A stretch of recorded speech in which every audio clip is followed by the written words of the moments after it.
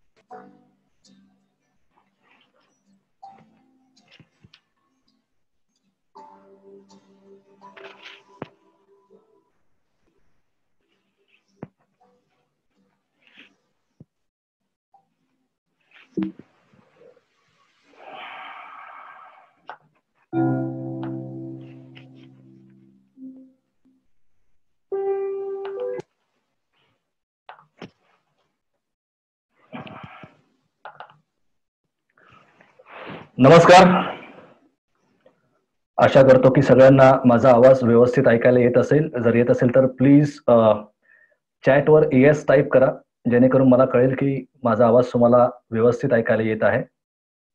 क्या बात आहे. Great. Thank you very much. So सगळ्या महाराष्ट्रातल्या उद्योजकांचं या कार्यक्रमामध्ये मनापासून स्वागत आहे. खूप खूप धन्यवाद की तुम्ही सगळेजण तुमचा वेळात वेळ काढून अख्ख्या महाराष्ट्रातून या कार्यक्रमाला सगळेजण जॉईन झालेले आहात, महाराष्ट्रीयन उद्योजक. आणि जो विषय आपल्याला मुळात आज घ्यायचा आहे, छत्रपती शिवाजी महाराज आणि व्यवसायामध्ये माणसे जोडण्याची कला, याबद्दल आपण नक्कीच त्या विषयावर बोलू आणि त्याचे व्याख्याते आपल्यासोबत तयार आहेतच. पण तत्पूर्वी मला सगळ्यांचं स्वागत करत आहे. महाराष्ट्र बिझनेस क्लबच्या वतीने मी तुम्हाला सगळ्यांचं स्वागत करतो. महाराष्ट्र बिझनेस क्लब एक्झॅक्टली काय आहे आणि तो काय काम करतो हे तुम्हाला थोडक्यात मला सांगायचं आहे, जेणेकरून हा कार्यक्रम आयोजित ज्यांनी केलेला आहे त्यांच्याबद्दल माहिती तुम्हाला असावी. त्यासाठी मी शेअरिंग माय स्क्रीन. सगळ्यांना माझी स्क्रीन दिसते का? Okay, great. सो थोडक्यात तुम्हाला सांगतो की महाराष्ट्र बिझनेस क्लब हा कॉन्सेप्ट काय आहे. आता जर आपण सगळेजण इकडे जे जमलेलो आहोत, आपण सगळेजण एसएमई या कॅटेगरीमध्ये मोडतो, लघु उद्योजक किंवा उद्योजक या कॅटेगरीमध्ये मोडतो. तो आता एसएमईची जी कॅटेगरी आहे त्यांना 40% रोजगार जे आपल्या भारतामध्ये उपलब्ध करून देतात. जवळपास 11 करोड लोकांना नोकऱ्या आपली एसएमई कॅटेगरी देते सध्या. त्यानंतर जवळपास 5 करोड एसएमई हे जे आहे ते 40% उत्पादन क्षेत्रामध्ये काम करतात आणि 43% एक्सपोर्ट मध्ये काम करतात. म्हणजे एसएमई ही जी आपली कॅटेगरी आहे तीच आपल्या देशाचा जवळपास अर्धाधिक भार ती उचलते रोजगाराचा आणि उत्पादनाचा. आणि जगामध्ये आपल्या देशाचा एसएमईज मध्ये दुसरा नंबर लागतो. म्हणजे एवढे लघु उद्योजक आपल्या देशामध्ये सध्या उपलब्ध आहेत किंवा सध्या व्यवसाय करत आहेत. आता यांना प्रॉब्लेम्स काय काय असतात, उद्योजकांचे सध्या सहसा प्रॉब्लेम्स काय असतात? त्यांना डेलिगेशनचा प्रॉब्लेम असतो. म्हणजे सकाळी दुकानाचं शटर उघडण्यापासून संध्याकाळी बंद करेपर्यंत सगळी कामं तेच करत असतात. हा सगळ्यात मोठा त्यांचा प्रॉब्लेम असतो. दुसरं असतं फायनान्स. म्हणजे त्यांना पैसा कुठून उभा करायचा हा प्रॉब्लेम त्यांना जनरली कळत नाही. तिसरं असतं लिगल इश्यूज. काही ना काहीतरी त्यांना टेक्निकल इश्यूज येत असतात, काही ना काहीतरी त्यांना लिगल इश्यूज येत असतात, त्यांना वकिलाची गरज पडते, तिथे त्यांना प्रॉब्लेम जास्त असतात. याच्या व्यतिरिक्त ध्येय त्यांच्या आयुष्यामध्ये नसतं. काहीतरी आपण केलं पाहिजे आयुष्यामध्ये हे त्यांना दिसत नसतं, की आपण कुठे पोहोचू शकतो, आपले पोटेन्शियल काय आहेत, आपण काय करू शकतो हे लोकांना माहित नसतं. टेक्निकल इश्यूज बरेचसे असतात. आता टेक्नॉलॉजी सगळ्यांना माहिती आहे की आता जेव्हापासून लॉकडाऊन सुरू झालाय सगळे बिझनेसेस हे ऑनलाईन केलेले आहेत. आपण आता ऑनलाईनच भेटतोय झूमवर. याच्या अगोदर हे आपण कधी केलं नव्हतं, पण आपण आता करायला लागलेलो आहे. तर याच्यामध्येही बऱ्याच उद्योजकांना प्रॉब्लेम्स येत असतात. आपले एम्प्लॉईज टिकवायचे कसे हा सगळ्यात मोठा इश्यू असतो. आणि याच्या व्यतिरिक्त असतो इश्यू तो मार्केटिंगचा. मार्केटिंग कशी करायची, आपला बिझनेस लोकांपर्यंत कसा पोहोचवायचा हा उद्योजकांचा मेजर इश्यू असतो. आणि हे इश्यूज असल्यामुळे 90% बिझनेस हे पहिल्या 5 वर्षामध्ये संपतात. म्हणजे त्यांना बिझनेस बंद करावा लागतो एकतर, किंवा त्यांना त्यांचा बिझनेस बदलावा लागतो. या सगळ्याच गोष्टींवर महाराष्ट्र बिझनेस क्लब हे मेजरली काम करतं.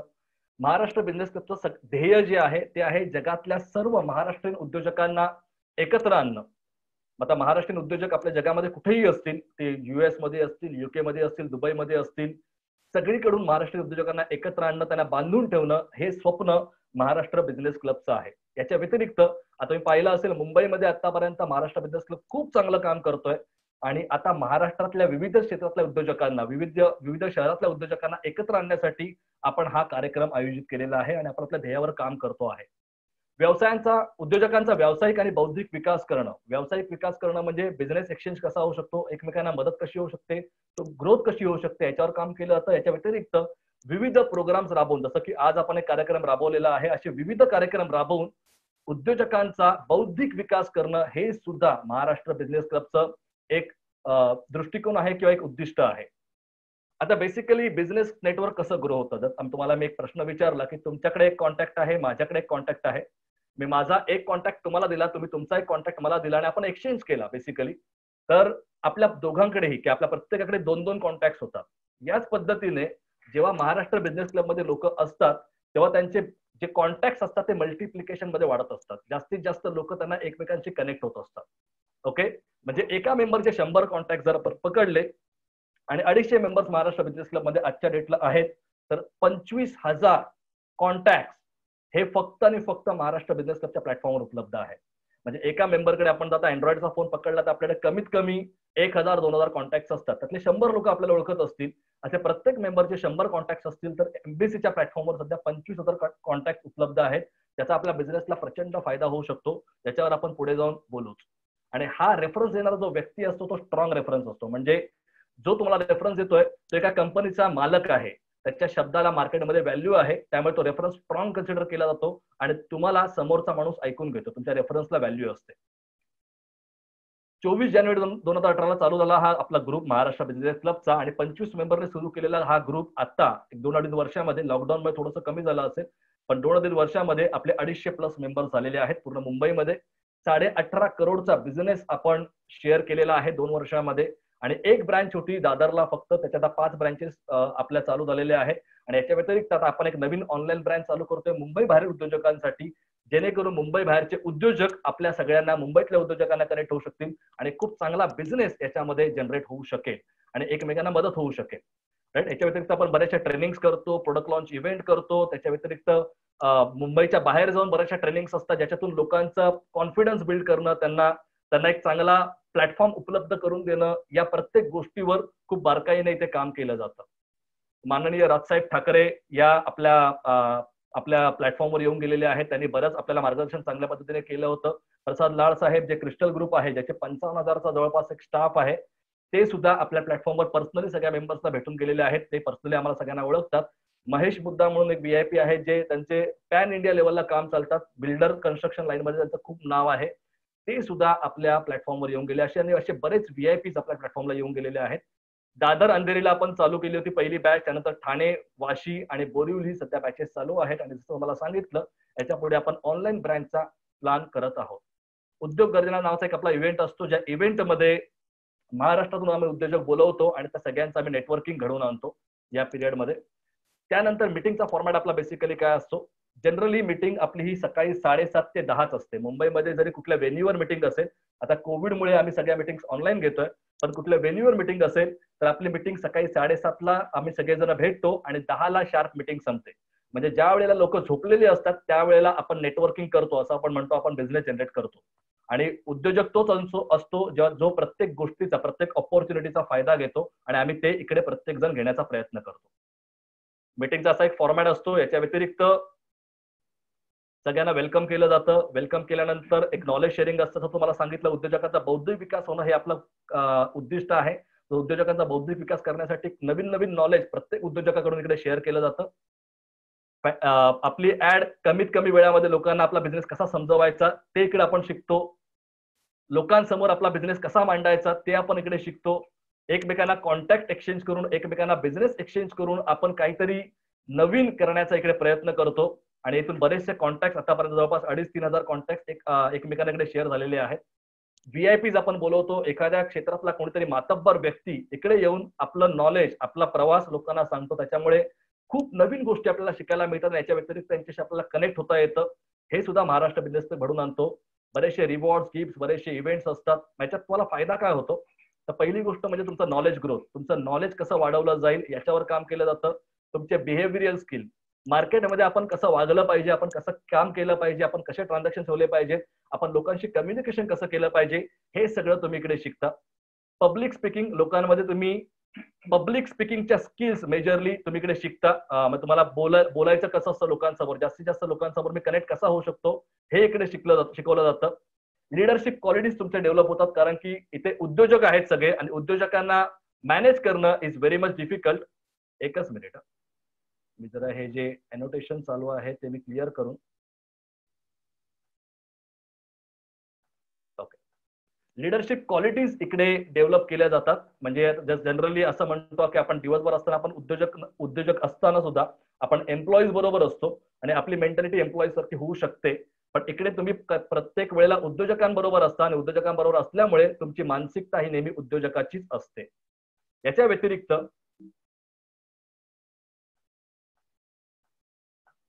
आणि हे आम्ही आवर्जून सांगतो की तुम्हाला बॅकअप मिळतो मेंबर्सचा.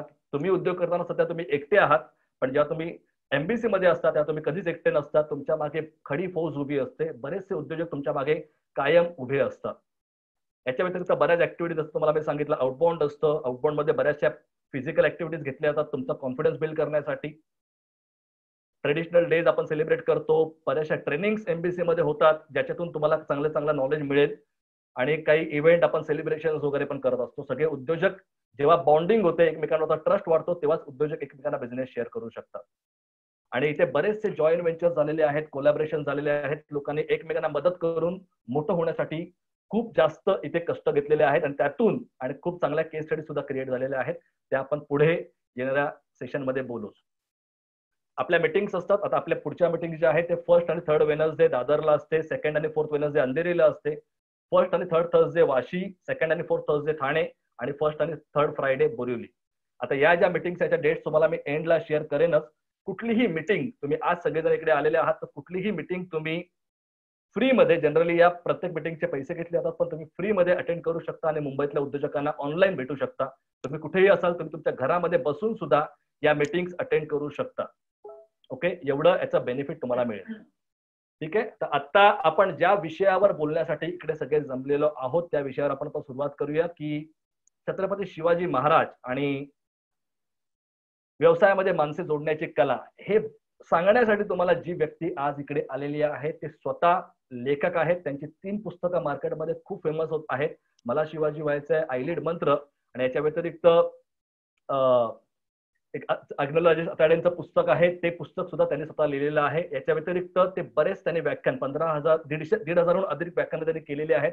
पूर्ण महाराष्ट्रभर ते व्याख्यानं करत असतात. त्यांचं स्वतःचं युट्यूब चॅनल आहे, जे युट्यूब चॅनल सुद्धा खूप फेमस आहे. तिकडे बरेच लोक कंटिन्युअसली त्यांचे व्हिडिओज बघत असतात. त्यांचे बऱ्याच ठिकाणी इंटरव्ह्यूज झालेले आहेत. असा एक छत्रपती शिवाजी महाराजांवर बोलण्यासाठी एक क्लासिक वक्ता मी असं म्हणू शकतो जे आपल्यासोबत आज आहेत. तर मी विनंती करतोय विनोद अनंत मिस्त्री यांना की त्यांनी प्लीज आपलं सेशन चालू करावं. थँक्यू. धन्यवाद सुबोध. माझा आवाज सगळ्यांना क्लिअर येतोय का? येत असेल तर हो किंवा येस असा चॅट करा. येस, धन्यवाद रोहन, कल्पाजी, धन्यवाद. सर्वप्रथम या महाराष्ट्राचंच काय मी म्हणेन, संपूर्ण भारताचं आराध्य दैवत आणि आपल्या सगळ्यांसाठीच त्रिकालबाधित प्रेरणा असलेल्या छत्रपती शिवरायांना माझा मानाचा मुजरा. आणि माझा हा सेशन अटेंड करणाऱ्या आपल्या सर्व उद्योजकांना मी म्हणेन, महाराष्ट्रभरातल्या सर्व उद्योजकांना माझा जय महाराष्ट्र, जय हिंद. मंडळी, आपण सगळेच भाग्यवान आहोत. आपण अशा मातीमध्ये जन्म घेतलाय ज्याला छत्रपती शिवाजी महाराजांचा वारसा लाभलाय, छत्रपती शंभू राजेंचा वारसा लाभलेला आहे, डॉक्टर बाबासाहेब आंबेडकरांचा वारसा लाभलेला आहे. आणि या मातीमध्ये जर जन्म घेऊन आपण या इतिहासातून शिकून जर इतिहास घडवू शकलो नाही तर खरोखरच मला असं वाटतं आपलं जीवन व्यर्थ होईल. तर मंडळी, आज आपण जो विषय घेणार आहोत, छत्रपती शिवाजी महाराज आणि व्यवसायात माणसे जोडण्याची कला. तर या विषयाकडे वळण्यापूर्वी एक प्रश्न जो बऱ्याच जणांना पडत असतो दुर्दैवाने, तो प्रश्न म्हणजे आता छत्रपती शिवाजी महाराजांचा अभ्यास का करावा? म्हणजे झालं ना, आता तो इतिहास आहे, तो इतिहासामध्ये आपण का जायचं, तो अभ्यास का करायचा? तर त्यावर मी थोडा आधी प्रकाश टाकतोय आणि मग आपल्या मुख्य मुद्द्याकडे वळतोय की महाराजांचा अभ्यास का महत्वाचा आहे. तर मंडळी, महाराजांबद्दल जगभरामध्ये वेगवेगळ्या लोकांनी बरंच काही म्हटलेलं आहे. म्हणजे महाराज, छत्रपती शिवाजी महाराज काय आहेत याबद्दल आपण बरंच काही ऐकलेलं आहे. त्यातलाच एक लॉर्ड एल्फिस्टन नावाचा ब्रिटिश अधिकारी होता, ज्याने मरण्यापूर्वी त्याच्या डायरीमध्ये लिहून ठेवलंय. ते काय लिहून ठेवलंय बघा. तो असं म्हणतोय की आम्ही संपूर्ण जग फिरलो, पण भारत हा देश आम्ही जिंकलाच कसा याचा आजही आम्हाला आश्चर्य वाटतं. आणि त्या पुढे जाऊन तो म्हणतोय की छत्रपती शिवाजी महाराजांसारखा राजा जर आमच्या भूमीवर जन्माला आला असता तर आम्ही पृथ्वीवरच काय परग्रहावर राज्य निर्माण केलं असतं. असं कोण म्हणतोय मंडळी? एक ब्रिटिश अधिकारी. ब्रिटिशर्स जे शिवाजी महाराजांचे कट्टर शत्रू होते, त्यांना माहित होतं छत्रपती शिवाजी महाराज आणखी 10 वर्ष जगले असते तर ब्रिटिशर्सना तेव्हाच हा देश सोडून जावं लागलं असतं. पुढचा इतिहास वाचण्याची, शिकण्याची आपल्याला गरजच पडली नसती. तर मंडळी, हा असे अनेक जगभरातले लोक महाराजांबद्दल बोललेले आहेत. जगभरामध्ये महाराजांविषयी अभ्यास होतोय, त्यांच्यावर अभ्यास करून लोक पुढे चाललेले आहेत. तर आपण का मागे राहायचं? तर महाराजांचा अभ्यास का आणि उद्योजकतेला मी महाराजांना का जोडतोय, उद्योजकतेशी का जोडतोय? तर मंडळी, महाराजांचं चारित्र्य जर वाचलं, त्यांच्या अनेक पैलूंपैकी एक जो पैलू होता तो म्हणजे उद्योजकता. त्यांनी जी उद्योजकतेला चालना दिलेली आहे, त्यांनी जे उद्योजकतेवर काम केलेलं आहे आणि त्यांनी जी प्रगती साधली, मी त्यांच्या स्वराज्य या स्वप्नाला उद्योजकतेशी जोडून हा पुढचा प्रवास तुमच्या समोर मांडणार आहे. पण महाराजांनी काय, सुरुवात कुठून झाली आणि त्यांनी काय केलं? पुणे आणि सुपे सारख्या 2 छोट्या परगण्यातून ज्यांनी आपल्या स्वप्नाची सुरुवात केली वयाच्या 12व्या वर्षी. आवाज येत नाहीये का व्यवस्थित? कारण मला कुणीतरी कमेंट केले की आवाज व्यवस्थित येत नाहीये. आवाज येत असेल तर प्लीज येस टाईप करा. येतोय ना? Yes yes, okay. मी काही जणांचा नेटवर्क इश्यू असू शकतो म्हणून त्यांना आवाज जात नसेल. तर या महाराजांनी जी 12व्या वर्षी सुरुवात केलेली आहे वयाच्या, पुणे आणि सुपे म्हणजे अतिशय प्रतिकूल परिस्थिती आपण म्हणू शकतो.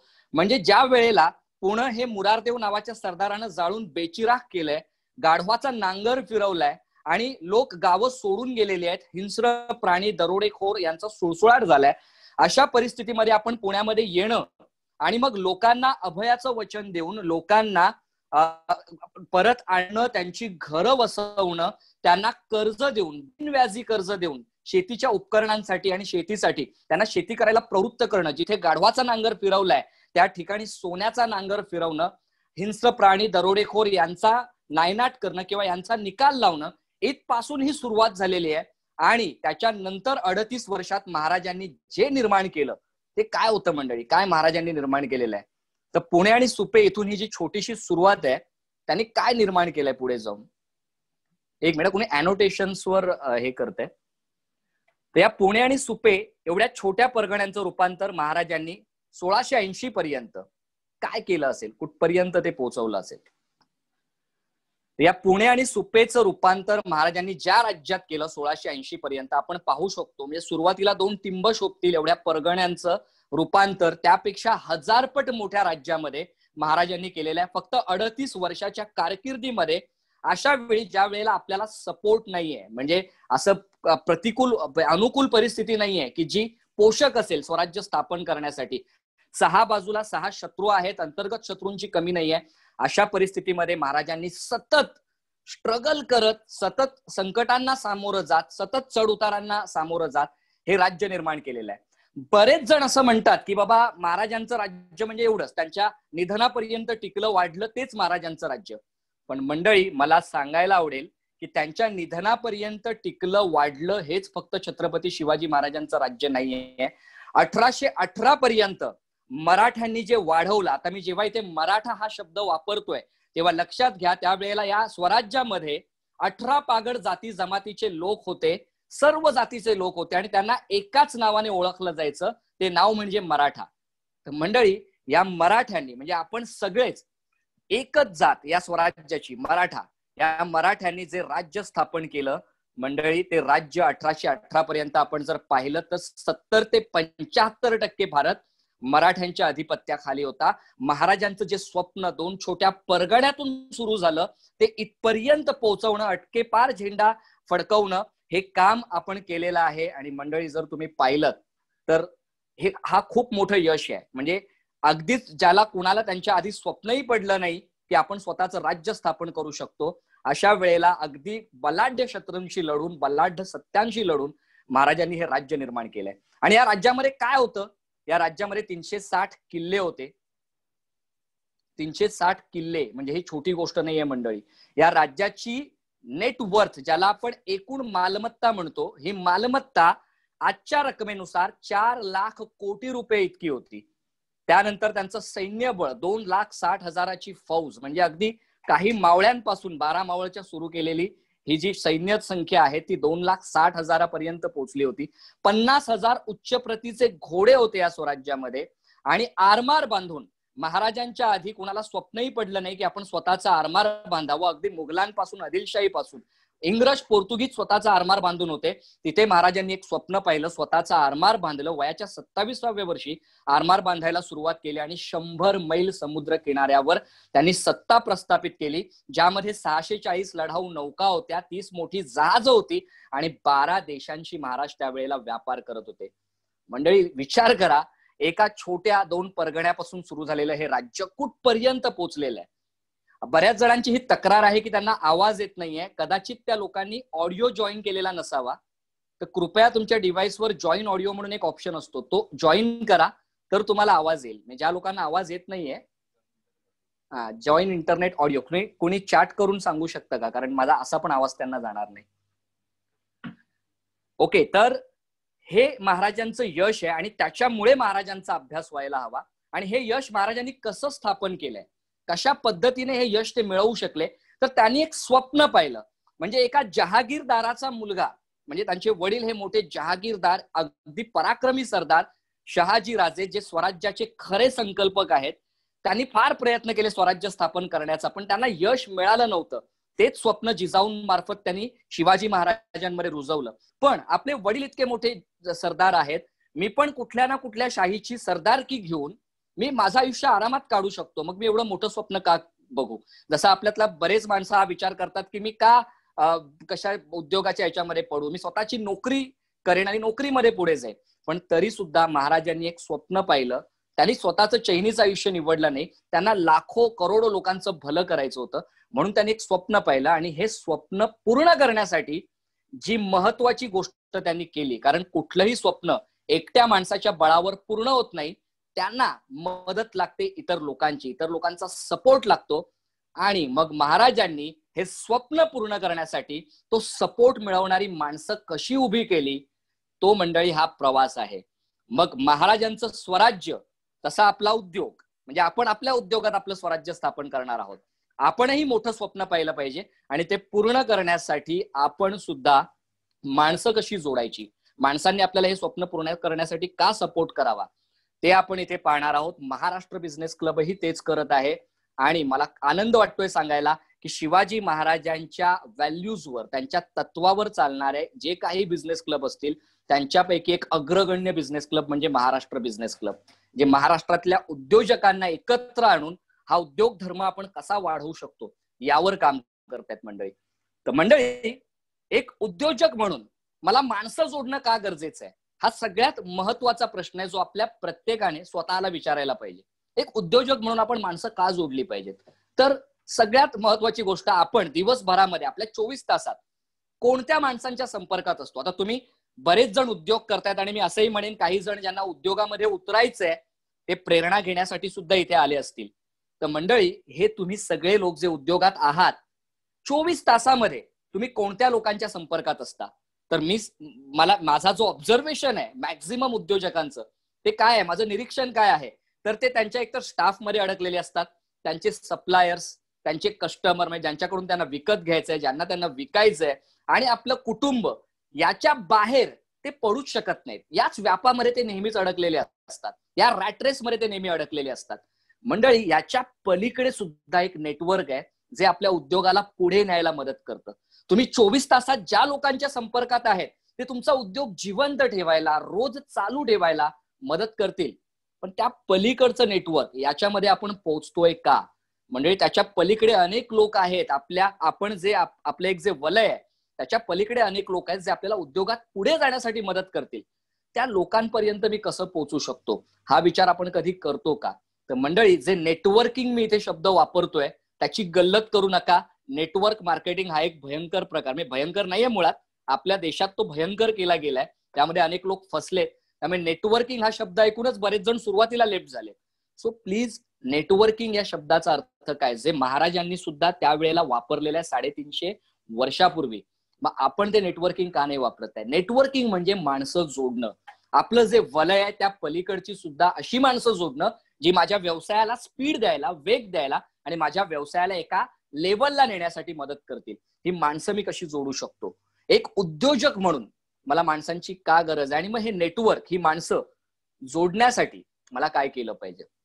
पहिली गोष्ट, नेटवर्किंगचा शोध लागला कधी? म्हणजे मुळात नेटवर्किंग हे आताच नवीन फॅड आहे का? हे आता आलंय का 21व्या शतकामध्ये सगळे नेटवर्किंग म्हणतात? तर मला सांगायला आवडेल मंडळी, जेव्हापासून माणूस समूहात राहायला लागला, जेव्हापासून भाषा विकसित झाल्या, जेव्हापासून 18 बलुतेदार जे निर्माण झाले, या सगळ्या वेळेला यामध्ये हे नेटवर्किंग सुरू झालेलं आहे. आणि ते कुठून सुरू झालंय तुम्हाला एक अंदाज येईल.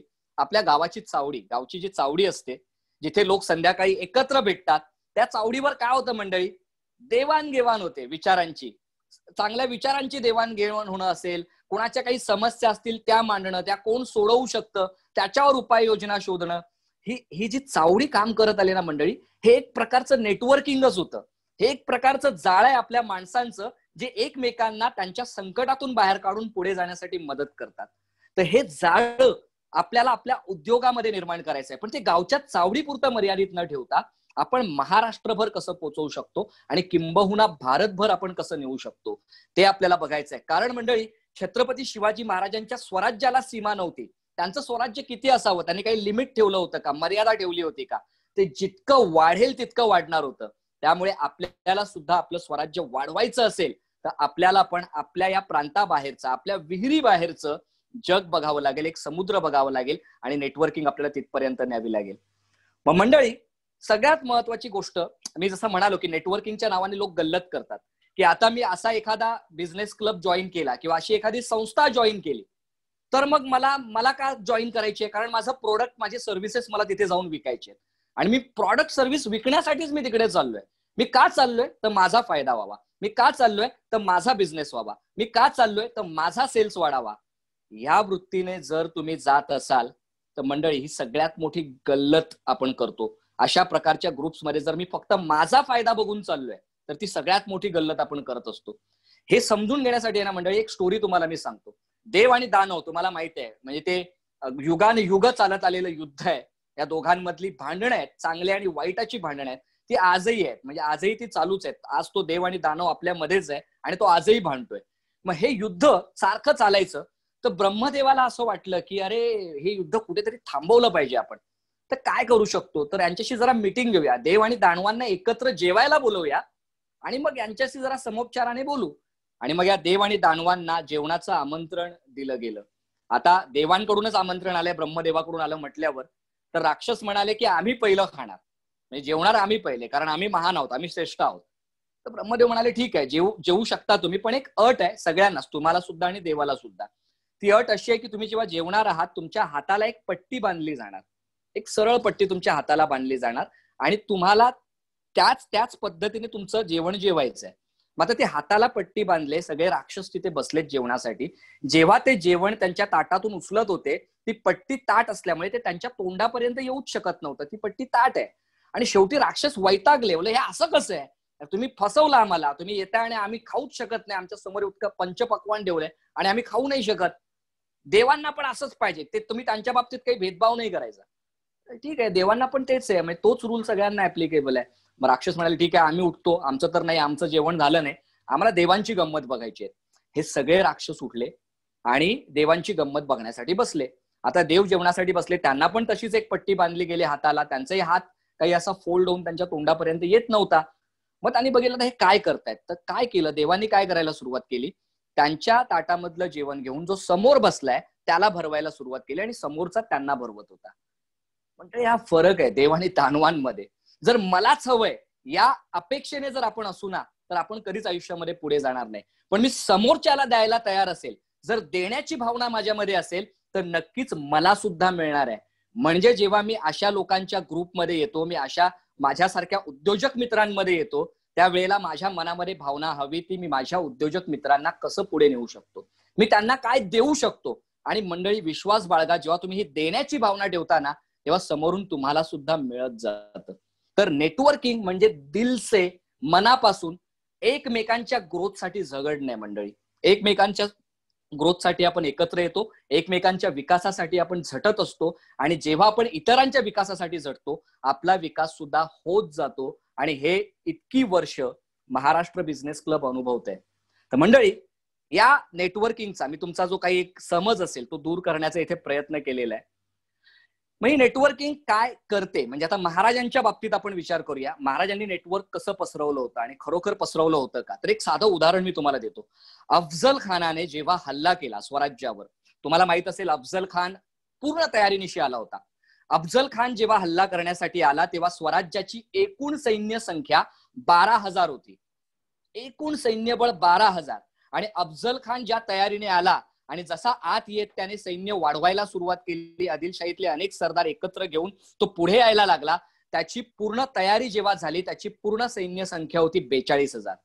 आता या अफजल खानाचं सगळ्यात मोठा हेतू काय होता, की शिवाजी महाराजांना उघड्या मैदानामध्ये आणणं आणि उघड्या मैदानामध्ये आणून त्यांच्याशी लढायचं. कारण त्यांच्या इथे जाऊन त्याच्याशी लढायचं नाहीये, महाराजांनी मैदानात यावं आणि त्यांना हरवणं सोपं जाईल, त्याला माहित होतं. पण महाराजांनी पण ठरवलं होतं आणि कितीही प्रयत्न केले, आपण उघड्या मैदानामध्ये जायचं नाही. तर हा एक खेळ सुरू झाला मंडळी. मग अफजल खानाने खूप प्रयत्न केले. त्याला माहित होतं की भवानी माता जी आहे ती सगळ्यांचीच, म्हणजे प्रयतेची आणि शिवाजी महाराजांची आराध्य दैवता आहे, आणि तिला जर मी काही केलं तर नक्कीच महाराज वैतागतील आणि बाहेर येतील. म्हणून त्याने पहिलं तुळजाभवानी मातीचं मंदिर तोडलं आणि मग तिची मूर्ती जात्यामध्ये दळून तिचं पीठ करून चौफेर उघडलं. हे सगळं अशा आपण ऐकत असतो गोष्टी. पण मंडळी, या सगळ्या मागचा त्याचा हेतू काय होता, की महाराजांनी बाहेर यावं. पण महाराज आले नाहीत. मग तो पंढरपूरला वळला. पंढरपूरला त्याने पंढरपूरच्या विश्वस्तांना मारहाण केली, त्यांच्याकडून खंडणी वसूल केली, तरी सुद्धा महाराज बाहेर आले नाहीत. त्यांनी पेशन्स ठेवला, त्यांनी तो एक संयम राखला. पण मग एक मोठी गोष्ट, मोठा डाव अफजल खानाने खेळला. मी म्हणतोय तुम्हाला नेटवर्क किती महत्वाचं आहे आणि महाराजांचं नेटवर्क कसं होतं बघा. त्याने काय डाव खेळला, तो जेव्हा मलवाडीला आला, मलवाडी हे बजाजी नाईक निंबाळकर म्हणजे सईबाई निंबाळकर ज्या महाराजांच्या सुविध पत्नी होत्या, त्यांचे बंधू म्हणजे महाराजांचे मेहुणे. आता बजाजी हे आदिलशाही सरदार होते, तरी सुद्धा अफजल खानाने डाव खेळला की आता हे मेहुणे आहेत महाराजांचे, याचा अर्थ मी यांना काही दगा केला ना किंवा यांना काही त्रास दिला तर महाराजांना बाहेर यावंच लागेल. आणि म्हणून त्याने बजाजी नाईक निंबाळकरांना अटक केली, कैद केली, त्यांची धिंड काढली आणि त्यांचा सुंता करून त्यांना हत्तीच्या पायाखाली तुडवलं जाणार ही घोषणा केली. आता हा खूप इमोशनल इश्यू होता आणि या इमोशनल फ्रंटवर काही एखादा माणूस वैतागेल, बोलेल ठीक आहे, काय होईल ते होईल, बघूया, लढूयाच अफजल खानाशी बाहेर जाऊन.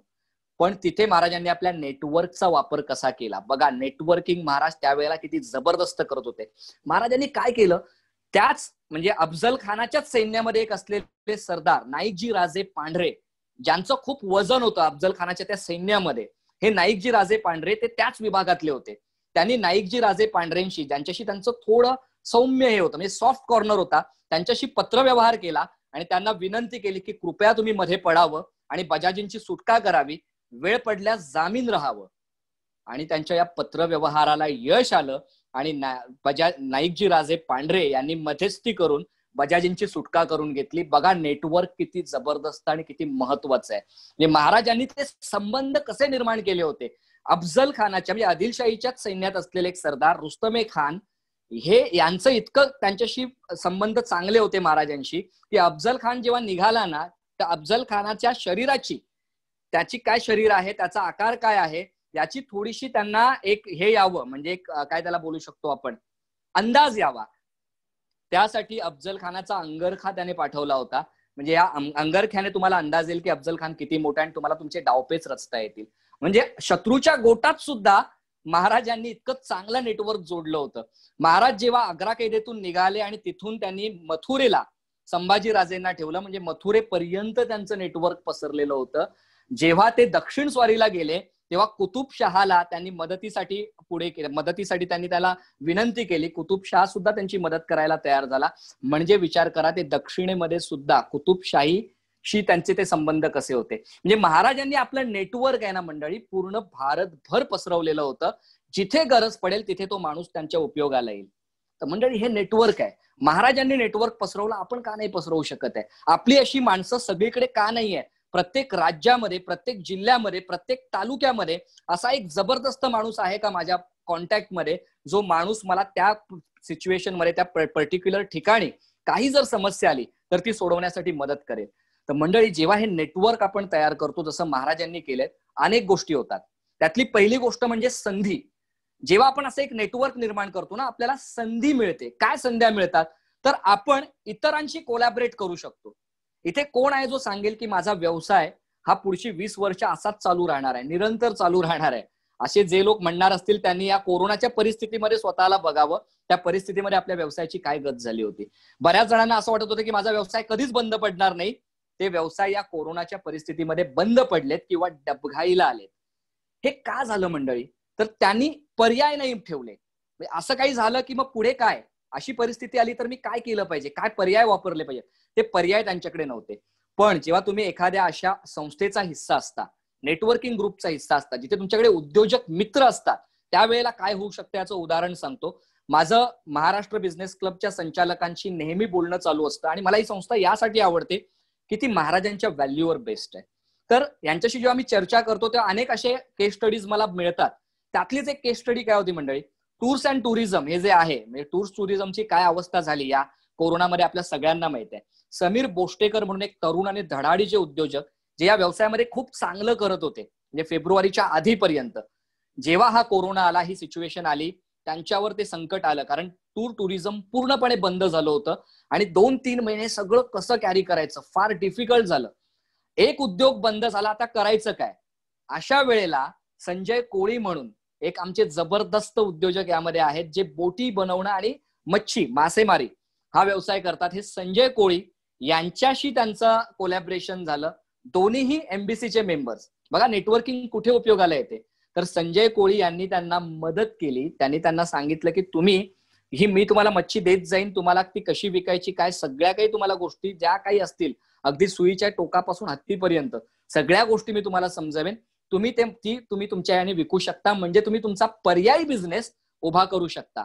आणि मंडळी मला सांगायला अभिमान आणि आनंद वाटतोय की समीर बोष्टेकर आणि त्याचबरोबर आमचा योगेश गायकवाड, ह्या दोघांनी मिळून हा बिझनेस करायला घेतला आणि दोघांनी एक एक प्रांत वाटून घेतला आणि त्या प्रांतामध्ये, या उद्योगामध्ये त्या लोकांनी प्रगती साधली. म्हणजे जी परिस्थिती संपवायला आली होती त्या परिस्थितीमध्ये या नेटवर्कमुळे ते संपले नाहीत, तर ते तरले, आणि तरलेच नाही तर ते पुढे विस्तारतील पण. कारण त्यांचा जो एक उद्योग होता त्या उद्योगाला धरूनच त्यांच्याकडे आता एक पर्यायी उद्योग निर्माण झालाय. तर मंडळी हा नेटवर्किंगचा सगळ्यात मोठा फायदा आहे. दुसरं एक उदाहरण आहे आपल्या महाराष्ट्र बिझनेस क्लबचे अजून एक तरुण, एकदम अगदी तरुण आणि आता नव्याने उद्योगात उतरलेले उद्योजक आहेत विक्रांत राऊत. त्यांचा हार्डवेअरचा बिझनेस होता आणि हा बिझनेस सुद्धा डबघाईला आला. लॉकडाऊन आहे, कोण घरी बोलवणार आहे, कोरोना आहे, तर कसं काय हार्डवेअरचं काम होईल, काय होईल, अतिशय कम्प्युटर हार्डवेअरचा ते बिझनेस करत होते, तो बंद झाला. तर श्रीकांत कोठावले म्हणून एक जबरदस्त, म्हणजे तुमच्या इथे अनेक शेतकरी असतील, तर या शेतीशी, या मातीशी जोडलेला एक उद्योजक जे फळांचा उद्योग करतात, तर त्यांनी त्यांच्याशी टायअप केला आणि आंबे विकण्यासाठी त्यांना हे केलं, की प्रवृत्त केलं, इन्स्पायर केलं की तुम्ही आंबे विकू शकता.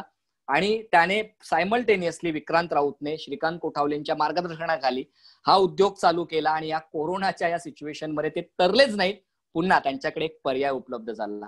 तर मंडळी, ह्या संधी आपल्याला कुठे मिळतात? तर या संधी आपल्याला अशा प्रकारचे अनेक उद्योजक मित्र असतील तर ते मित्र तुम्हाला कधीच संपू देत नाहीत. ते मित्र तुम्हाला कधीच संपू देणार नाहीयेत. ते मित्र तुम्हाला तुमच्या कठीण परिस्थितीमध्ये उभे राहतील आणि तुम्हाला पुन्हा नव्याने भरारी घ्यायला मदत करतील. तर हा एक सगळ्यात मोठा फायदा इथे आपल्याला होतो, संधी. दुसरी गोष्ट, एक्सपर्ट सल्ले. ह्या अशा काही ज्या संघटना असतात जिथे लोक एकत्र येतात. आता मी अनेक संघटना आहेत अशा, म्हणजे तुम्ही जर मारवाडी आणि गुजराती लोकांमध्ये पाहिलं, हे लोक एकत्र येऊन उद्योग करतात. नेहमीच हे एकत्र असतात. तुम्ही कुठल्याही परिस्थितीमध्ये बघा, तुम्ही एखादा मारवाडी बघा ज्याचं जर तो आर्थिक परिस्थितीमध्ये अडकला असेल, अडचणीमध्ये अडकला असेल, तर ही पूर्ण त्यांची जी संघटना असते ना, ते मीटिंग घेतात आणि मग ह्याला ह्या सिच्युएशन मधून कसं काढू शकतो यासाठी त्याला बिनव्याजी किंवा अगदी कमी व्याजाने कर्ज पुरवतात आणि त्याला बाहेर काढायला मदत करतात. ही गोष्ट आपल्या मराठी उद्योजकांमध्ये का कमी पडते? आपण जेव्हा बघतो असा एखादा माणूस गटांगळ्या खातोय ना, जाऊ दे मरू दे बाबा, त्याला एकट्याला मरू दे, मी तिकडे गेलो तर मी पण त्याच्या बरोबर मरेन, ही वृत्ती आपल्यामध्ये आहे. का? कारण आपण संघटित नाही आहेत मंडळी. जर आपण संघटित झालो, म्हणजे जसं आता हे मारवाडी आणि गुजराती यांच्याकडून ही गोष्ट शिकण्यासारखी आहे की आपणही असं संघटित व्हायला पाहिजे आणि पुढे जायला पाहिजे. मग जेव्हा असे अनेक क्षेत्रातले दिग्गज एकत्र येतात, कोणी हेल्थ मधला आहे, कोणी म्हणजे आरोग्य क्षेत्रातला एखादा असेल, कोणी आर्थिक क्षेत्रामधला असेल, कोणी कायदे क्षेत्रामधला असेल, असे वेगवेगळ्या क्षेत्रातले उद्योजक जेव्हा एकत्र येतात तेव्हा मंडळी विचार करा, मला जेव्हा माझ्या आयुष्यामध्ये काही कायदेशीर प्रॉब्लेम झाला तर माझ्याकडे एक उद्योजक मित्र आहे ज्याला कायद्याविषयी माहिती आहे, मी त्याला विचारू शकतो, तो मला कायद्याविषयी सल्ला देऊ शकतो. जो सल्ला घ्यायला मला 5,000 रुपये बाहेरच्या माणसाला पे करावे लागतील, तो सल्ला एकतर हा अगदी माफक फी मध्ये किंवा मला फुकट देतोय. तसंच मला आरोग्याविषयी सल्ला हवाय, आरोग्याविषयी सल्ला देणारे काही लोक आहेत. असे अनेक क्षेत्रातले दिग्गज एकत्र असल्यामुळे आपल्याला एक्सपर्ट सल्ला इथे मिळू शकतो. आता याचं एक बेस्ट एक्झाम्पल सांगतो, एमबीसी मध्येच घडलेलं. ते एक्झाम्पल म्हणजे एक समीर खिल्लारी म्हणून, जे फायनान्स क्षेत्रातले एक उद्योजक आहेत आपल्या एमबीसी मध्ये, वाशी ब्रांच मध्ये आहेत ते. हे उद्योजक जे आहेत त्यांच्या घरामध्ये एक रिपेअरचा इश्यू होता. त्यांनी एकाला बोलवलं आणि त्याने कोटेशन मागितलं. तर त्यांनी कोटेशन किती दिलं असेल मंडळी? 1,00,000 रुपयाचं कोटेशन दिलं.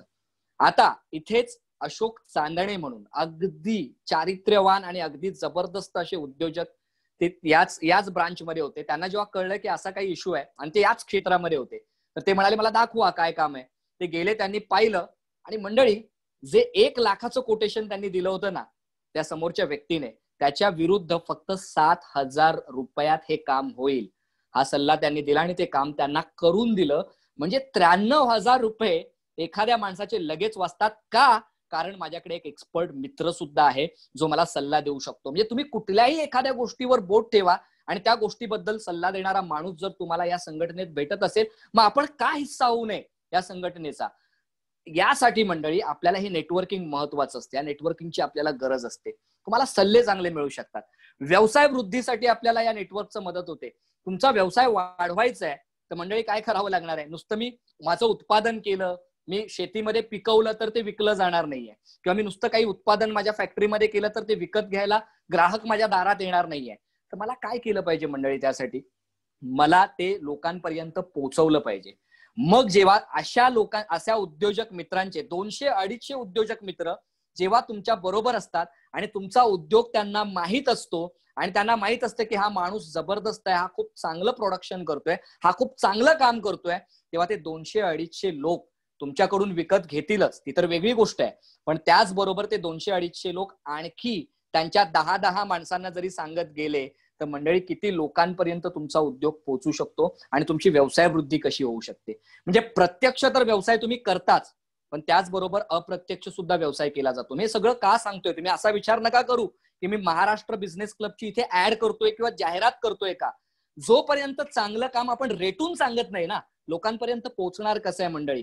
हे एक वृत्ती माइंड मध्ये ठेवा की खरोखरच एखादी गोष्ट चांगली आहे का, आपण पडताळली पाहिजे, त्या गोष्टीवर आपण रिसर्च केला पाहिजे आणि मग ती गोष्ट खरोखरच चांगली आहे तर त्याचा फायदा उचलला पाहिजे. तेव्हाच आपण जे एका वलयामध्ये आहोत, एका चौकटीमध्ये आहोत, त्यातून बाहेर येऊ शकतो. या व्यवसाय वृद्धीसाठी आपल्याला हे लोक मदत करतात. आणि त्याचबरोबर व्यक्तिमत्व विकास, जेव्हा तुम्ही एकत्र येता, भेटता, एकमेकांशी गोष्टी शेअर करता, त्यावेळेला तुमची व्यक्तिमत्व आपोआप विकसित होत जातं. कारण तुम्ही बोलताय, तुम्ही लोकांना व्यवसाय सांगण्याची तुम्हाला सवय लागले. आपला सगळ्यात मोठा प्रॉब्लेम काय? माझंच प्रॉडक्ट मला दुसऱ्याला सांगायला लाज वाटते. मी जे प्रॉडक्ट देतोय, मी सर्व्हिस करतोय, मी जो उद्योग करतोय, ज्या उद्योगात मी अभिमानाने उतरलोय, ते मी अभिमानाने का सांगू शकत नाहीये लोकांना? तुम्ही जोपर्यंत सांगणार नाही लोकांना कळणार कसं?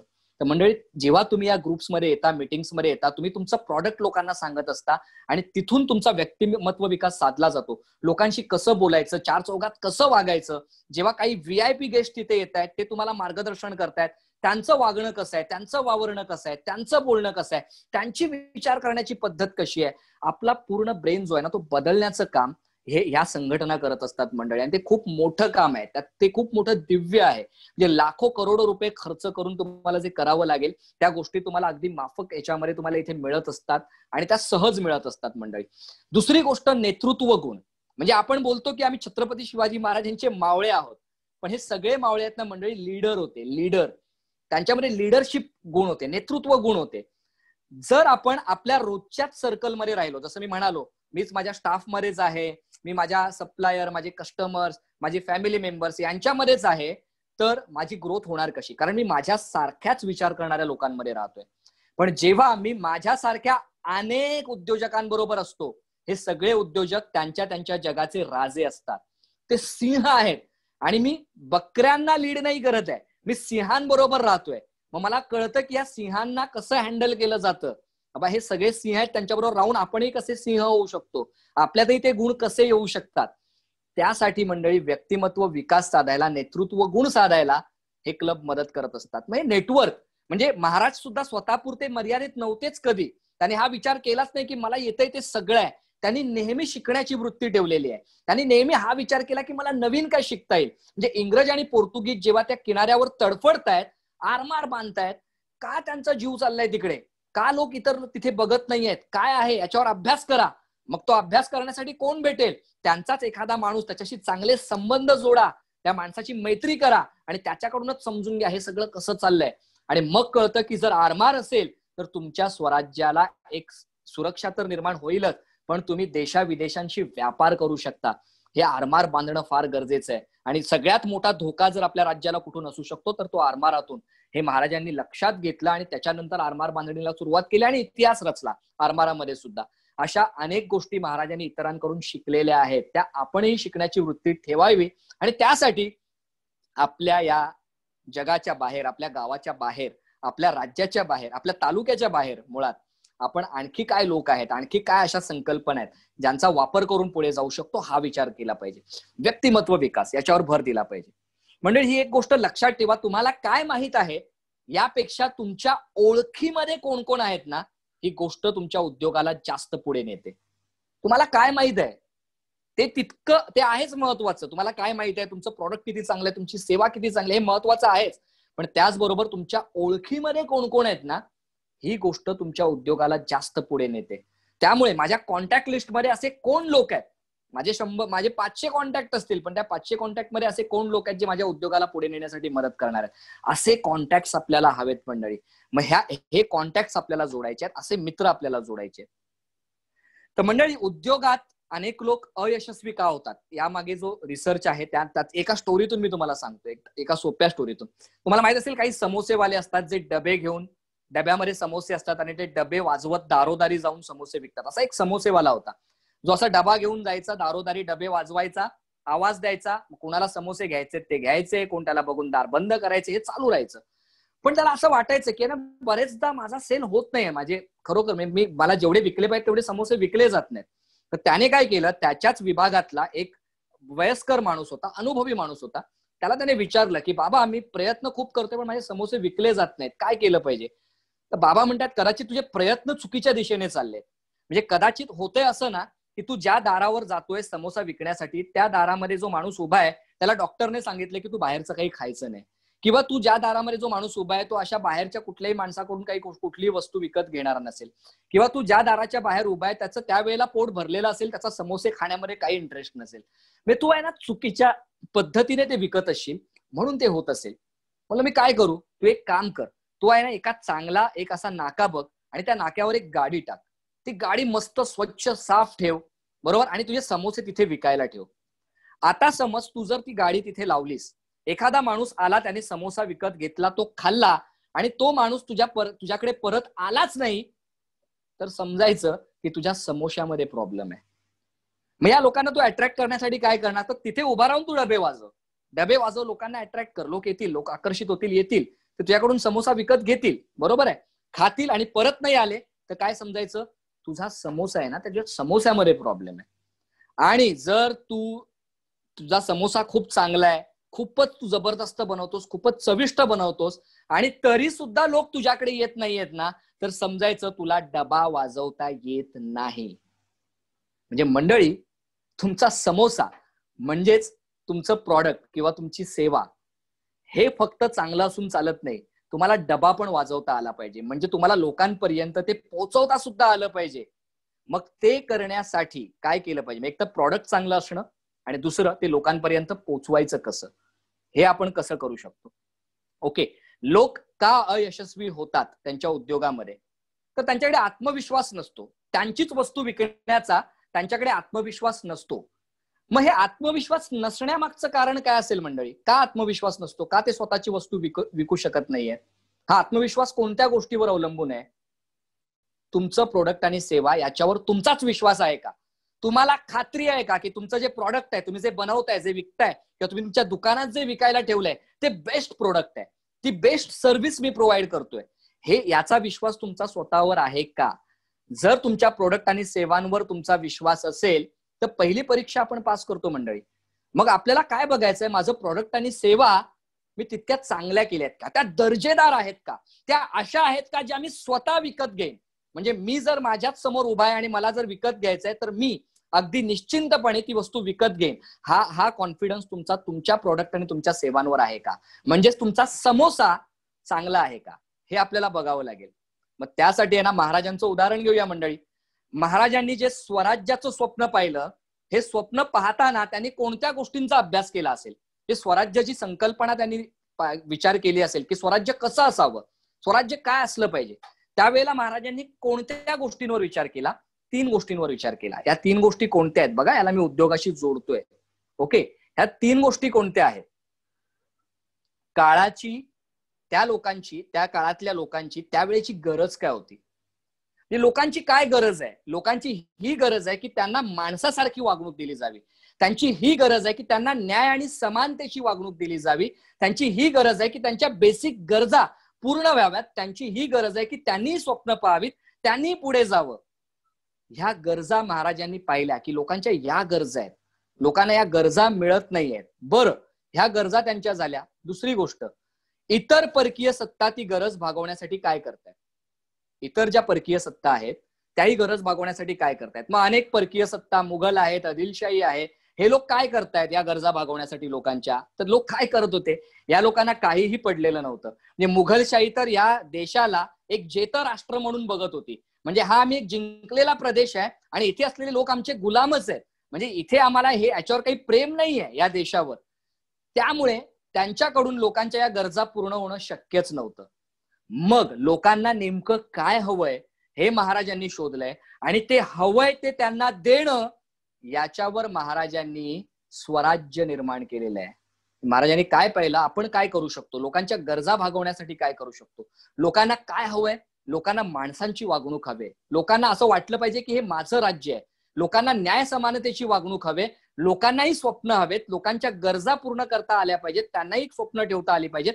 त्यांनाही आयुष्यात पुढे जाता आलं पाहिजे. माझं राज्य असं असेल जे या सगळ्या गोष्टींना मुभा देईल. आणि महाराजांनी तसं राज्य निर्माण करण्याचा प्रयत्न केला. तर मंडळी, जर महाराजांनी ही नीती वापरले तर आपण काय केलं पाहिजे? आपण आपल्या उद्योगामध्ये काय केलं पाहिजे? 3 गोष्टी, कुठलीही इंडस्ट्री, कुठल्याही उद्योगात तुम्ही असाल, 3 गोष्टी होतात बघा. महाराजांच्याच या साच्यावर मी इथे त्या 3 गोष्टी ठरवलेल्या आहेत. 3 गोष्टी कोणत्या आहेत? ग्राहकांच्या गरजा काय आहेत? तुमच्या कस्टमरला आहे ना नेमकं काय हवंय? तुमच्या ग्राहकाला नेमकं काय हवंय? त्याच्या तुमच्या प्रोडक्ट बद्दलच्या अपेक्षा काय आहेत? तुम्ही ज्या सेवा पुरवताय त्याबद्दलच्या त्याच्या अपेक्षा काय आहेत? त्या अपेक्षांचा विचार करा. ग्राहकांच्या काय गरजा आहेत त्या गरजांचा विचार करा, त्याचा अभ्यास करा. त्याला आहे ना नीड अनालिसिस म्हणतात, कस्टमर नीड अनालिसिस. जे आपल्याला करायचंय, आपण काय करतो? माझ्याकडे जे आहे ना ते मला विकायचंय, माझं प्रोडक्ट मला चांगलं वाटतं म्हणून मी विकणार. नाही मंडळी, तुमचं प्रोडक्ट किंवा सेवा तुम्हाला चांगली वाटते म्हणून ती बाजारात विकली जाणार नाहीये. त्याची खरोखर लोकांना गरज आहे का? किंवा लोकांच्या गरजेप्रमाणे मी माझं ते उत्पादन किंवा सेवा लोकांना पुरवतोय का? ग्राहकांच्या गरजा काय याचा अभ्यास करा. इतर उद्योग, तुमच्यासारखेच जे इतर लोक आहेत, इतर उद्योजक आहेत, तुमच्याच उद्योगात असणारे ते लोक या गरजा भागवण्यासाठी काय करतायत त्यांचा अभ्यास करा. म्हणजेच तुमच्या स्पर्धकांचा अभ्यास करा. महाराज त्यांच्या शत्रूंचा अभ्यास नेहमीच करत होते आणि त्यासाठी त्यांनी त्यांचं एक जबरदस्त जाळं, जासूस एजन्सी त्यांनी निर्माण केली होती, जी बहिर्जी नाईक. म्हणजे त्यांचा अभ्यास दुनियाभराच्या हेर एजन्सीज करत असतात. त्यांच्या अंतर्गत शत्रूच्या गोटातली प्रत्येक माहिती आपल्याला कशी कळेल, प्रत्येक पानांपानाची माहिती मला कशी मिळेल, हे महाराज बघायचे. मग इतर उद्योजक, आपल्यासारखेच इतर उद्योजक, आपले स्पर्धक ज्यांना म्हणूया आपण, ते हे भागवण्यासाठी काय करतायत गरजा, लोकांच्या गरजा काय, इतर लोक त्या गरजा भागवण्यासाठी काय करतायत, आणि मग कुठली गोष्ट आहे, कोणती गरज आहे, कोणत्या गरजा आहेत ज्यांच्यावर या लोकांचं लक्ष नाहीये, कुणाचंच लक्ष नाहीये. जर मंडळी मी त्याच्यावर काम केलं ना, तर माझं प्रॉडक्ट, माझं उत्पादन एक जबरदस्त बेस्ट डील ठरू शकतं. म्हणजे लोक बाकीच्या 10 जणांना सोडून माझ्याकडूनच का विकत घेतील, कारण त्यांना माहित आहे की मला ते मिळत नाहीये बाकीच्या 10 जणांकडे, जे या व्यक्तीकडून मिळतंय, जे यांच्या उत्पादनातून मिळतंय, जे यांच्या सेवेमधून मिळतंय. मग आपल्याला टार्गेट ग्राहकांसाठी बेस्ट डील व्हायची असेल तर त्यांची गरज ओळखा, इतर लोक ती गरज भागवण्यासाठी काय करतात, आणि कुठल्या गोष्टींवर लक्ष दिलं जात नाहीये, ज्याच्यावर मी काम केलं तर माझं जे उत्पादन आहे, म्हणजे माझा समोसा आहे ना, तो उत्कृष्ट होईल, आणि तो समोसा खाऊन लोक सारखे सारखे येण्याचा विचार करतील. तर मंडळी ते आपल्याला करायचंय, बेस्ट डील आपल्याला व्हायचंय. मग मंडळी, महाराजांच्या बाबतीत जर तुम्ही एक विचार केलात ना, तर महाराजांनी का यश मिळवलं स्वराज्यामध्ये, का महाराजांनंतर सुद्धा 27 वर्ष, म्हणजे महाराजांचं निधन 1680 ला झालं, 1681 ला औरंगजेब लाखोची फौज घेऊन स्वराज्याच्या सरहद्दीवर उतरला होता. त्याने प्रचंड मोठी तयारी केली होती. मुघलशाही जी त्यावेळेची, आताच्या भाषेत बोलायचं झालं तर बहुदेशीय कंपनी, म्हणजे मल्टीनॅशनल कंपनी होती, 14 प्रांतामध्ये पसरलेलं राज्य होतं.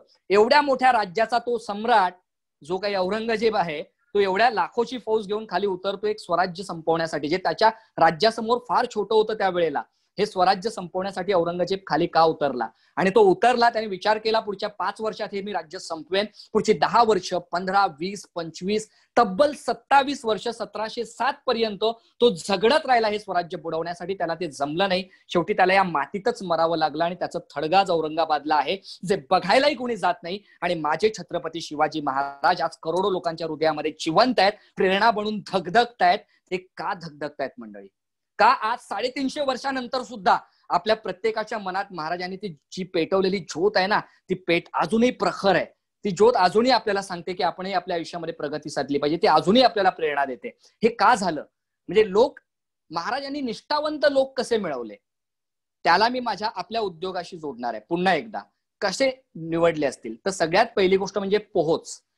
महाराजांनी जी स्वराज्य सेवा पुरवली ना लोकांना, स्वराज्य सेवा रयतेला जी पुरवली, ही सेवा प्रत्येक, म्हणजे अगदी त्या राज्यातल्या कानाकोपऱ्यामध्ये, आपल्या राज्यामधल्या कानाकोपऱ्यात अगदी लांब असलेल्या माणसापर्यंत त्या सेवा पोहोचतायत का, ही सेवा पोहोचते का, याच्यावर महाराजांनी जबरदस्त सिस्टीम निर्माण केली होती. बरं, ह्या कुठल्याही राज्यातला कानाकोपऱ्यातला माणूस, तो महान असो किंवा तो छोटा असो, त्याच्या हुद्द्याने प्रत्येक माणूस, रयतेतला प्रत्येक माणूस महाराजांपर्यंत पोहोचू शकतो का, ही पोहोचण्याची सुद्धा यंत्रणा महाराजांची जबरदस्त होती. म्हणजे जेव्हा मला जे पोहोचवायचंय ते लोकांपर्यंत पोहोचतंय, चांगल्या पद्धतीने पोहोचतंय, आणि लोकांना जर माझ्यापर्यंत यायचंय तर ते पोहोचू शकतायत माझ्यापर्यंत, हे एक गोष्ट आपण केली, हा पहिला टप्पा केला. तर ही पहिली परीक्षा आहे की लोक निष्ठावंत कसे होतात आपल्या बाबतीत. एक पहिली गोष्ट जी महाराजांनी केली, पोहोच जबरदस्त होती महाराजांची. दुसरी गोष्ट, दर्जा, कामाचा दर्जा, सेवेचा दर्जा हा जबरदस्त होता. या प्रत्येक गोष्टींचे सिस्टीम्स ठरलेले होते, आणि त्या सिस्टीम प्रमाणेच काम झालं पाहिजे. प्रत्येकाला दर्जेदार सेवा मिळाली पाहिजे. त्याला बघायचं नाही तो गरीब आहे, श्रीमंत आहे, तो कुठल्या जातीचा आहे, कारण जात तर एकच आहे. संपूर्ण स्वराज्यामध्ये कुठल्याही जातीचा माणूस असेल त्याची एकच जात आहे, ती म्हणजे मराठा. मरहट्टे, मरतील पण हटणार नाहीत असे हे लोक, आणि त्याचबरोबर त्यांचा धर्म हा एकच आहे, तो म्हणजे स्वराज्य. तर मंडळी, या सगळ्या लोकांना, प्रत्येक माणसाला उत्तम दर्जेदार सेवा मिळाली पाहिजे, याच्यावर महाराजांनी लक्ष दिलेलं आहे. आणि या 2 गोष्टींवर जेव्हा महाराजांनी लक्ष दिलं, तेव्हा महाराजांना काय मिळतात? रिपीटेड. ती रयत आहे ना, ती महाराजांपर्यंत राहणार, ती महाराजांच्या सेवा घेण्यासाठी येणार, ती महाराजांबरोबर राहील. पण त्यांना त्याच्यापेक्षा चांगलं काही मिळालं तर जाण्याची शक्यता मोठ्या प्रमाणामध्ये असते. म्हणजे तुमची पोहोच चांगली आहे, दर्जा चांगला आहे कामाचा, लोक तुमच्याकडे येत राहतील, लोक तुमच्या बरोबर राहतील, पण ते निघून जाण्याची शक्यता जास्त असते. त्यामुळे तिसरी महत्वाची गोष्ट जी तुमच्याकडे असायला हवी ती म्हणजे मूल्य, तत्व. महाराज त्यांच्या मूल्यांवर किती कायम होते हे तुम्हाला सांगायची गरज नाहीये मंडळी. महाराजांच्या या बाबतीतल्या त्यांनी कुठल्याच बाबतीत तडजोड केलेली नाहीये. जो माणूस चुकेल, जो त्यांची तत्व पाळणार नाही, मूल्य पाळणार नाही, त्याची त्यांनी तमा केलेली नाहीये. तो कुठलाही किती उच्च श्रेणीचा, किती उच्च सरदार असेल तरी सुद्धा त्यांनी ते केलेलं आहे. म्हणजे सकुजी गायकवाड नावाचा एक सरदार, ज्याला बेलवाडीचा किल्ला जिंकण्यासाठी त्यांनी पाठवलं होतं, सावित्रीबाई नावाची किल्लेदार त्या किल्ल्याची राखण करत होती, ही किल्लेदार जेव्हा त्या किल्ल्याची राखण करते मंडळी, 24 दिवस त्या किल्लेदाराने तो किल्ला लढवला, सावित्रीबाईने, एका स्त्रीने, पण सकुजी गायकवाडने तो किल्ला जिंकला. आणि जेव्हा तो जिंकला, विजयाच्या उन्मादात येऊन त्याने सावित्रीबाईवर अतिप्रसंग केला. महाराजांना जेव्हा हे कळलं तेव्हा त्यांनी सकुजी गायकवाडचे डोळे काढण्याचा आदेश दिला. म्हणजे स्त्री ती आपली असो किंवा शत्रूची असो, त्या स्त्रीचा सन्मान झाला पाहिजे, तिच्यावर असा प्रसंग कधीच नाही आला पाहिजे. म्हणजे आपल्या शत्रू स्त्रीवर अत्याचार झाला म्हणून आपल्या विजयी सरदाराचा डोळे काढणारा राजा आहे ना, या भूमीवर, या देशात, या जगात एकमेव जन्माला येऊन गेलाय, ते म्हणजे छत्रपती शिवाजी महाराज. मंडळी, ही जी मूल्य होती ना मंडळी, महाराजांनी जी पाळली आणि ती लोकांमध्ये बिंबवली, या मूल्यांमुळे महाराजांना निष्ठावंत लोक मिळाले. मी ते ग्राहक शब्द वापरलाय आपल्या उद्योगाशी जोडायला, पण ती रयत, निष्ठावंत रयत, असे लोक जे कुठल्याही परिस्थितीमध्ये महाराजांना सोडून जाणार नाहीत. म्हणजे जेव्हा पुरंदरचं युद्ध चालू होतं, जेव्हा मुरारबाजी त्या हजारोच्या सैन्यावर तुटून पडले होते, पराक्रमाची शर्त करत होते, तेव्हा दिलेर खान त्यांना बघून म्हणाला, अरे तुझ्यासारखा मावळा इथे काय करतोय, तुझ्यासारखा योद्धा इथे काय करतोय, तू बादशाहच्या मर्जीमध्ये ये, मी तुला मनसबदारी देतो, मी तुला मोठा रुतबा देतो. त्यावेळेला मुरारबाजी म्हणाले, मी थुकतो तुझ्या या रुतब्यावर, मी महाराजांचा निष्ठावंत मावळा आहे, त्यांच्यासाठी जीव गेला तरी सलामत, तरी सुद्धा मी तुझ्याकडे येणार नाही. आणि त्यांना जीव गमवावा लागला, कंठात बाण जाऊन त्यांना तो जीव गमवावा लागला होता. असे निष्ठावंत लोक जे मरायला तयार होतील पण महाराजांना सोडून जाणार नाहीये. मंडळी, आपल्याला काय करायचंय, एक उद्योजक म्हणून माझं प्रोडक्ट किंवा सेवा मी जास्तीत जास्त लोकांपर्यंत पोहोचवू शकतो का, माझी पोहोच काय आहे, त्यावर मला काम करायचंय. माझ्या ह्या उद्योग आणि उत्पादन आणि सेवांचा दर्जा काय आहे, तो दर्जा किती उत्कृष्ट आहे, त्यावर काम करायचंय. आणि त्याबरोबर काही मूल्य आहेत की मला कुणाला फसवायचं नाहीये, मला लोकांना उत्तम सेवा पुरवायची आहे, मला माझ्या फायद्यासाठी लोकांचं नुकसान करायचं नाहीये, हा विचार आपल्याला करायचा आहे. मंडळी, या 3 गोष्टींवर जर आपण काम केलं तर आपल्याला जो मिळेल तो ग्राहक निष्ठावंत असेल, तो आपल्याला कधीच सोडून जाणार नाही. म्हणजे ग्राहकांचं एक जबरदस्त नेटवर्क आपण निर्माण करू शकू. मंडळी, 3 प्रकारचे नेटवर्क्स असतात ज्याच्यावर आपल्याला काम करावं लागतं. एक असतं ऑपरेशनल नेटवर्क, दुसरं पर्सनल नेटवर्क आणि तिसरं स्ट्रॅटेजिक. ऑपरेशनल नेटवर्क कोणतं, जे मी तुम्हाला म्हणालो, जे तुमचे लोक आहेत, तुमचे लोक म्हणजे तुमचा स्टाफ असेल, तुमचे कर्मचारी असतील, तुमच्या आजूबाजूचे लोक असतील, हे लोक, हे ऑपरेशनल नेटवर्क जे तुमचा उद्योग चालू ठेवायला मदत करतायत. त्याच्या पुढे येतं पर्सनल नेटवर्क, आपल्यासारखे अनेक उद्योजक जे त्यांच्या क्षेत्रामध्ये धडपडतायत, पण त्यांच्याकडे प्रत्येकाकडे वेगवेगळे आयडियाज आहेत, जे लोक आपल्या आयडियाज शेअर करू शकतात, आपल्या उद्योगाला पुढे न्यायला मदत करू शकतात. आणि त्याच्या मागोमाग येतं स्ट्रॅटेजिक नेटवर्क. हे ते यशस्वी लोक आहेत, त्यांनी त्यांच्या आयुष्यामध्ये प्रचंड यश गाठलेलं आहे, ते लोक आधीच तिथे पोहोचलेले आहेत, ते यशाच्या शिखरावर आहेत आणि ते आपल्याला मार्गदर्शन करतात की तुम्ही इकडे या. मंडळी, ऑपरेशनल नेटवर्क मध्ये अडकू नका. पर्सनल नेटवर्क आणि स्ट्रॅटेजिक नेटवर्क पर्यंत आपण कसं पोहोचू शकतो त्याच्यावर आपल्याला विचार करायचा आहे. मंडळी, ह्या 2 नेटवर्कवर जर काम केलं ना तर आपला उद्योग कुठच्या कुठे आपण नेऊ शकतो. मग आता माणसे जोडण्यासाठी महत्वाची गोष्ट काय आहे? चला, प्रॉडक्ट माझं चांगलं आहे, आता मला डबा वाजवायचा आहे, पण डबा वाजवण्यासाठी मला माणसं जोडली पाहिजेत. ही माणसं जोडण्यासाठी काय महत्वाच्या गोष्टी आहेत, महाराजांनी कोणत्या 2 गोष्टींवर काम केलं, कोणत्या महत्वाच्या गोष्टी आहेत? विश्वास. जर तुम्हाला माणसं जोडायची असतील तर सगळ्यात महत्वाची गोष्ट असते विश्वास. तुम्ही लोकांचा विश्वास जिंकणं गरजेचं आहे. हा विश्वास आपण कसं जिंकणार? 2 गोष्टी लागतात विश्वास जिंकण्यासाठी. एकतर चारित्र्य चांगलं लागतं. महाराजांसाठी लोक मरायला का तयार होते? बरेच जण म्हणतात की महाराजांकडे एक ध्येय होतं, स्वराज्य नावाचं ध्येय होतं आणि त्यासाठी लोक मरायला सुद्धा तयार होते. मानलं, महाराजांकडे ध्येय होतं आणि ध्येयासाठी लोक मरायला तयार होतात, हे एक अर्ध सत्य झालं. पण फक्त ध्येयासाठी लोक तयार होत नाहीत मरायला, तर त्या ध्येयाला चारित्र्यवान नेत्याची जोड मिळाली ना तरच लोक मरायला तयार होतात. आणि आपल्या स्वराज्य नावाच्या ध्येयाला छत्रपती शिवाजी महाराज नावाच्या चारित्र्यवान नेत्याची जोड मिळाली होती, म्हणूनच लोक त्यांच्यासाठी मरायला तयार होते. म्हणजे चारित्र्य म्हणजे काय? मी कधीच वाईट विचार कुणाबद्दल करत नाही, माझा सगळ्यांबद्दल चांगलाच विचार करत असतो. मला कुणाचं नुकसान व्हावं असं वाटत नाही, मी कुणाला फसवत नाहीये, मला सगळ्यांचं भलं व्हावं असं वाटतं, माझं आणि इतरांचं सगळ्यांचं भलं व्हावं असं वाटतं, तर आपण म्हणतो आपलं चारित्र्य चांगलं आहे. मग मी उद्योगामध्ये कशाला आहे? फक्त लोकांना लुटण्यासाठी, मी ग्राहकांकडून जास्तीत जास्त पैसे काढण्यासाठी. कोरोनाची संधी आली, माझ्याकडे खूप उत्पादन आहेत, मी लोकांना जास्तीत जास्त भरमसाठ किमतीमध्ये विकून टाकतो, या विचाराने मी उद्योगात आहे, तर आपण महाराजांच्या चारित्र्यावर चालत नाहीये. मंडळी, चारित्र्य ह्या प्रकारावर आपल्याला काम करणं गरजेचं आहे. चारित्र्य चांगलं आहे. मला माहिती आहे मी कुणाला फसवण्यासाठी नाहीये, मी कुणालाच फसवत नाही. लोकांचं भलं व्हावं असं मला वाटतं, त्यासाठी मी उद्योगामध्ये आहे. माझ्या प्रोडक्ट सर्व्हिसने लोकांच्या आयुष्यात फरक पडावा असा वाटतो. तर आपलं चारित्र्य चांगलं आहे. पण नुसतं चारित्र्य चांगलं असेल म्हणून लोक तुम्हाला मदत करतात का? तर नाही मंडळी. चारित्र्याबरोबर एक गोष्ट असावी लागते, ती म्हणजे परिणाम दक्षता. परिणाम दक्षता म्हणजे तुम्ही जे बोलताय ते तुम्ही केलं तर आणि तरच लोक तुमच्यावर विश्वास ठेवतात. महाराजांनी त्यांच्या रयतेला, त्यांच्या लोकांना जी वचनं दिली ते सगळी वचनं महाराजांनी पूर्ण केलेली आहेत. कुठल्याही वचनाला त्यांनी मागे ठेवलेलं नाही. ते जे कमिटमेंट करत होते ते कमिटमेंट पूर्ण केलं जात होतं. आणि असं कोणतंही असेल ना, अफजल खानाला आपण मारू शकतो, महाराजांचा विश्वास होता, बाकी कुणाचाच नव्हता त्यावेळेला. महाराजांनी सगळ्यांमुळे तो विश्वास निर्माण केला आणि अफजल खानाला मारून दाखवलं. अनेक लढायांचं नेतृत्व महाराजांनी स्वतः केलं, मागे जाऊन ते लढले नाही. म्हणजेच महाराज परिणाम दक्ष होते. परिणाम दक्षतेवर त्यांनी काम केलेलं आहे. मग मी जे माझ्या कामगारांना, मी जे माझ्या कस्टमर्सना, मी माझ्या देणीदारांना जी वचनं देतो ती वचनं पूर्ण करतो का? आणि त्याचबरोबर मी ज्या लोकांशी जोडला जाणार आहे त्या लोकांशी जोडला जाताना माझं चारित्र्य चांगलं आहे का? माझाच फायदा मला नाही बघायचा आहे, मला इतरांचाही फायदा बघायचा आहे. मला देवांच्या त्या गोष्टीवर चालायचं आहे जिथे ते एकमेकांना देत आहेत, देण्याची भावना ठेवायची आहे. आणि त्याचबरोबर परिणाम दक्षता, तुम्ही जे कमिट कराल ते पूर्ण करण्याचा तुम्हाला प्रयत्न करायचा आहे. तर मंडळी, या दोन गोष्टींवर जर आपण काम केलं तर आपण लोकांचा विश्वास जिंकू शकतो, एक चांगलं नेतृत्व ठरू शकतो.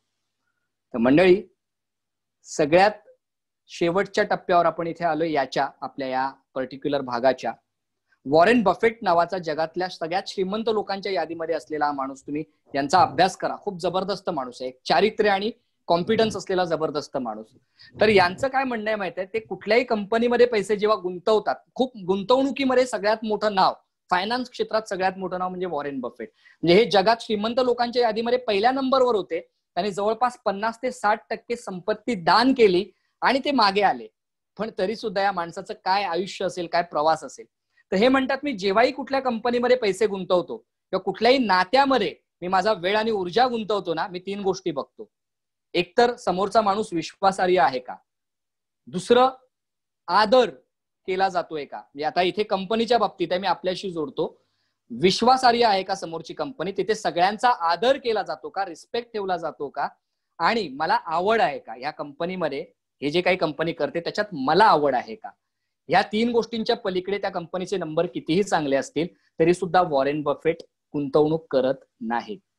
मग आपल्याला जर नेटवर्क मध्ये पण पुढे जायचं आहे ना, तर एकतर विश्वास लोकांचा जिंकणं, त्यांचा आदर करणं आणि आवड असणं. ह्या गोष्टीची आवड असणं. मला माझा उद्योग करण्यासाठीच नाही जायचंय, माझं प्रॉडक्ट विकायचंय म्हणूनच नाही जायचंय, तर मला आवडतंय लोकांना भेटायला, मला आवडतंय लोकांकडून शिकायला, मला आवडतंय लोकांना मदत करायला. या वृत्तीने जेव्हा आपण जातो ना, त्याच वेळेला आपण प्रगती साधू शकतो, आपण लोकांना जोडू शकतो. तर मंडळी, 3 फायदे लोक बघत असतात. स्वराज्यामध्ये लोक का होते, राज्यामध्ये लोक का सामील होते, 3 फायदे लोक बघत होते. एक होता भावनिक फायदा. भावनिक फायदा म्हणजे मी स्वराज्यात आलो तर माझ्या भावनांची कदर केली जाते, मला एक जबरदस्त असं भावनिक समाधान मिळते, आत्मिक समाधान मिळते. मी एका चांगल्या राज्याचा भाग आहे, मी एका चांगल्या गोष्टीचा हिस्सा आहे. हे स्वराज्य व्हावं ही तो श्रींची इच्छा. हे राज्य फक्त छत्रपती शिवाजी महाराजांचं नाहीये, हे राज्य रयतेतल्या प्रत्येक माणसाचं आहे.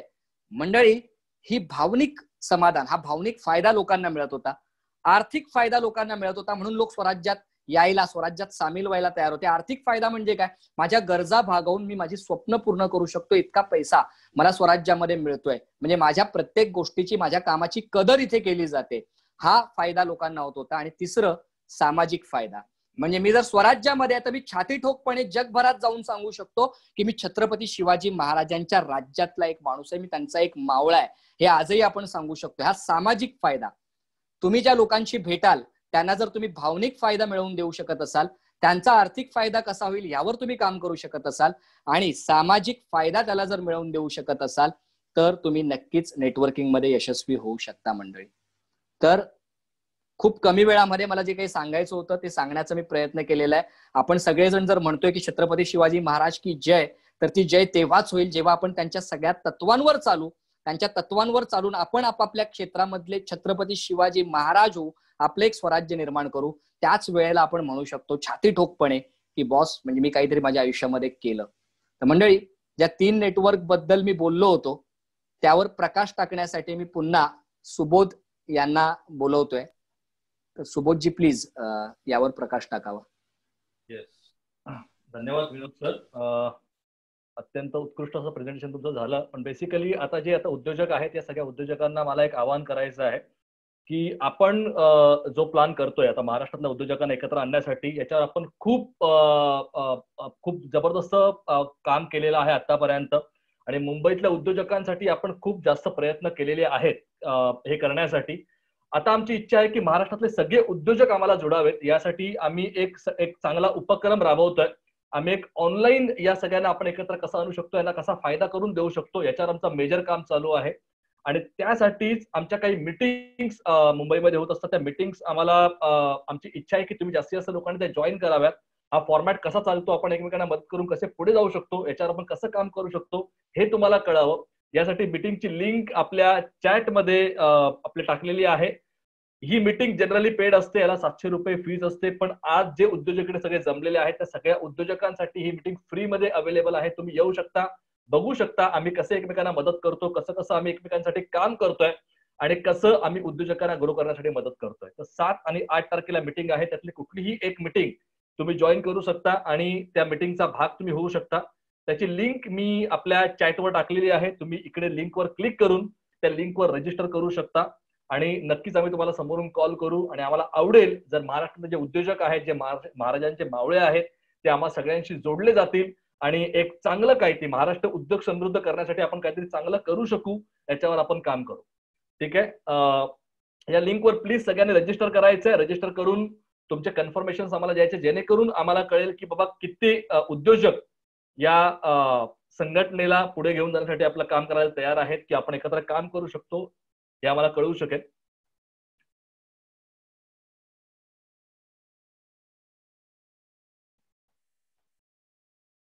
आणि जसं विनोद सरांनी सांगितलं की शिवाजी महाराजांची तत्व घेऊन आपण आयुष्यात पुढे गेलो पाहिजे, आपण उद्योगात पुढे गेलो पाहिजे.